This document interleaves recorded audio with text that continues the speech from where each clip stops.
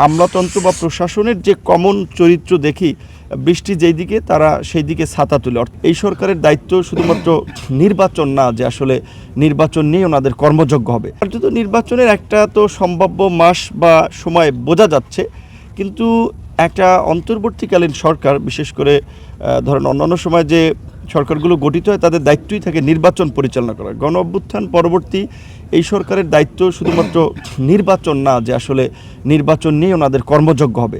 নির্বাচনের পূর্বে একটা অবাধ, সুষ্ঠু, নিরপেক্ষ নির্বাচন করার জন্য যে কতগুলো কাজ প্রয়োজন, যেটা গত 16 বছরে হয় নাই, একটা লেভেল প্লেইং ফিল্ড, প্রশাসনকে ঢেলে সাজানো, ভোটাধিকার আপনার একেবারেই আপনার পরিশুদ্ধ একটা ভোটার লিস্ট এবং তালিকা প্রণয়ন করা, এবং এই গণ অভ্যুত্থানে যেভাবে বিভিন্ন শ্রেণী পেশার মানুষ সম্পৃক্ত হয়েছে, প্রবাসীদেরও সেখানে একটা বড় ভূমিকা ছিল। সেই প্রবাসীদের ভোটাধিকার নিশ্চিত করা এবং আগামী নির্বাচনেই তাদের ভোটের অধিকার প্রয়োগের জন্য সব রাজনৈতিক দলই মোটামুটি একমত হচ্ছে। বসুন্ধরা টিস্যু, অশুদ্ধতার বিরুদ্ধে এক বিন্দুও ছাড় নয়।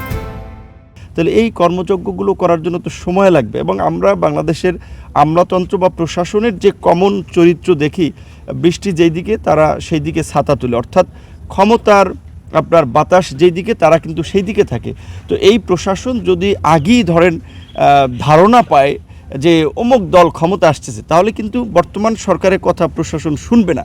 সেই ক্ষেত্রে তারা যে একটা নির্বাচন করবে, অবাধ, সুষ্ঠু, নিরপেক্ষ নির্বাচন, যেখানে আমরা সকল রাজনৈতিক দল অংশ নিতে চাই এবং আমরা প্রতিযোগিতার মধ্যে দিয়ে নিজেদের জনসমর্থন, জনপ্রিয়তাটাও যাচাই করতে চাই, সেই সুযোগটা তো আমরা পাবো না যদি প্রশাসন আগেই একদিকে হেলে থাকে। সেই জায়গা থেকে আমি মনে করি যে একেবারে বেশি আগে যদি নির্বাচনের দিন তারিখ ঘোষণা করে, তাহলে কার্যত প্রশাসন সঠিক এবং নিরপেক্ষ ভূমিকা পালন